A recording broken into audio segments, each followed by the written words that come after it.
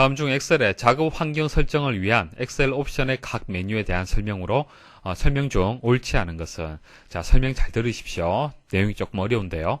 자, 1번 한번 보도록 하죠. 엑셀 옵션에서 기본 설정에서 엑셀에서 가장 많이 사용하는 옵션, 그 중에서 실시간 미리 보기 사용을 선택하면 선택사항을 커서로 가리킬 때 해당 기능이 문서에 어떻게 영향을 주는지 결과를 미리 보여준다. 자, 엑셀 옵션은 여기 있죠.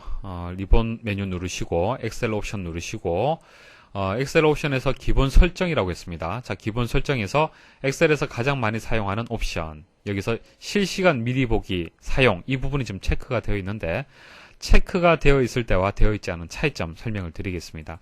만일 체크가 되어 있으면요, 자, 채우기 그 색을 바꾼다, 변경을 한다 라고 했을 때, 자, 마우스를 제가 그냥 올려두면요, 적용할 그 범위의 작업이 바뀌게 됩니다. 클릭을 해서 바꾼 것이 아니죠. 그냥 마우스만 이동을 해서 어떻게 바뀌는지, 현재 문서가 어떻게 바뀌는지 미리 보기를 할 수 있습니다. 이 기능을 지금 얘기를 하는 겁니다. 자, 만일 체크를 해제를 하잖아요. 그죠? 자, 해제를 하게 되면은 마우스를 이동을 해도 변화가 없어요. 자, 그래서 1번은 맞는 설명이죠. 자, 2번 보겠습니다. 자, 수식에서 수식 작업, 수식의 표 이름 사용을 선택하면 데이터가 입력된 범위에 행 또는 열 레이블이 있을 경우 이 레이블을 정의된 이름처럼 수식의 이름을 사용할 수 있다. 설명이 상당히 복잡한데요. 자, 일단 개념 설명을 먼저 좀 드리겠습니다. 보통 우리가 사용하는 참조 방식은요, 일반 참조입니다. 일반 참조. 이제 국어 점수하고 영어 점수를 더한다. 그러면 썸이라는 함수를 이용해서, 자, 이게 D 두 번째고 이 두 번째다. 그러면 수식을 이렇게 입력을 하잖아요. 그쵸? 이게 뭐 기본적인 방식이지 않습니까? 이게 일반 참조예요. 그리고 구조적인 참조라는 게 있습니다. 구조적인 참조. 자, 구조적인 참조의 주소를 보시면요, 좀 특이하죠? 특이합니다. 설명을 좀 드리면요, 표1에서 이 행이라는 것은 현재 행을 뜻하는 겁니다. 자, 이 주소는요, 이 위치에 있는 셀에 지금 이제 수식을 지금 설명을 드린 겁니다. 자, 국어에서 영어까지의 합이다, 이렇게 되어 있잖아요. 그렇죠? 현재 행에서 국어에서 영어. 자, 이렇게 수식을 입력해도 결과는 동일해요. 자, 근데 이게 이제 구조적인 참조 방식인데요. 실제 셀의 주소를 가지고 참조하는 것이 아니라 열의 이름, 열 레이블, 자, 그 열 레이블을 이용을 해서, 열 이름을 이용을 해서 이렇게 수식을 만든 거죠. 이게 구조적인 참조예요. 구조적인 참조. 그래서 수식에 표 이름 사용을 체크한다. 표 이름을 사용한다는 얘기는 여기서 여기까지가 표가 되는 것이고, 표 이름이 이 부분을 뜻하는 겁니다. 그래서 표에 행이나 열 이름, 이름이나 레이블이나 같은 뜻이죠.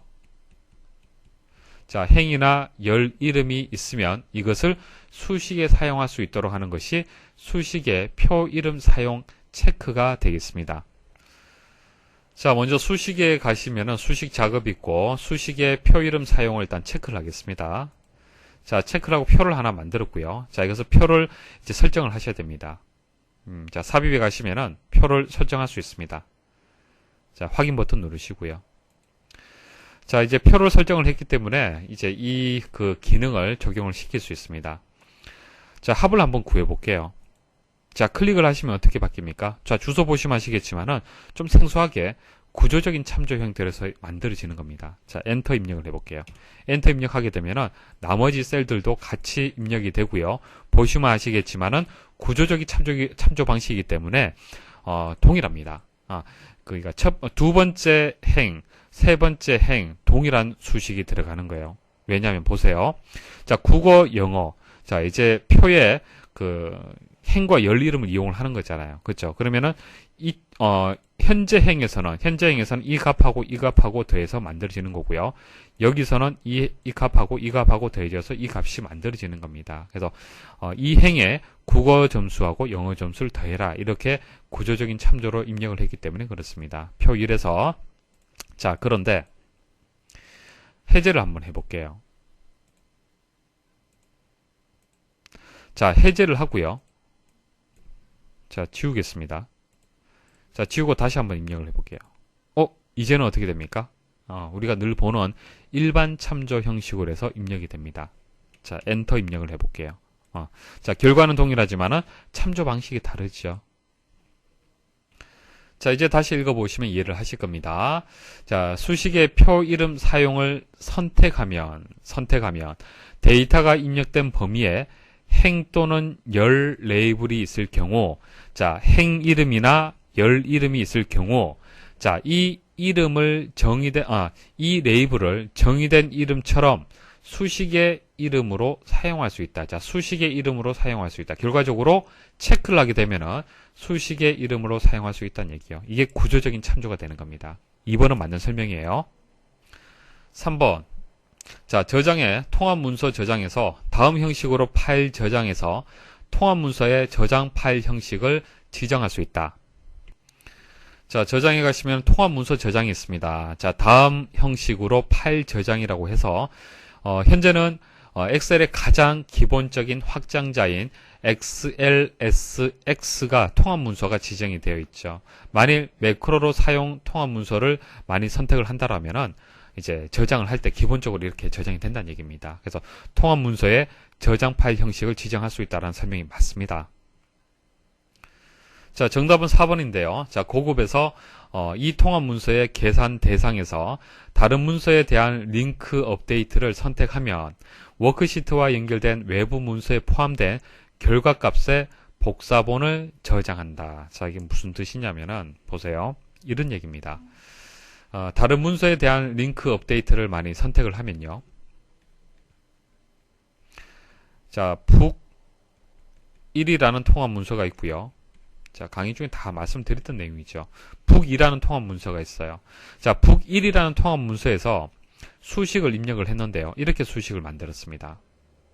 자, 이것은 북2에서 참조를 하는 수식이 되는 거죠. 참조하는 수식. 맞습니까?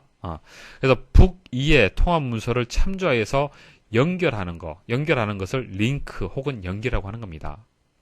자, 이렇게 연결되어 있을 경우에는 북2에 있는 값이 해당 그 참조의 셀의 값이 수정이 되면은 북1의 통합 문서도 갱신이 돼야 되는 것이 당연하잖아요. 그렇죠?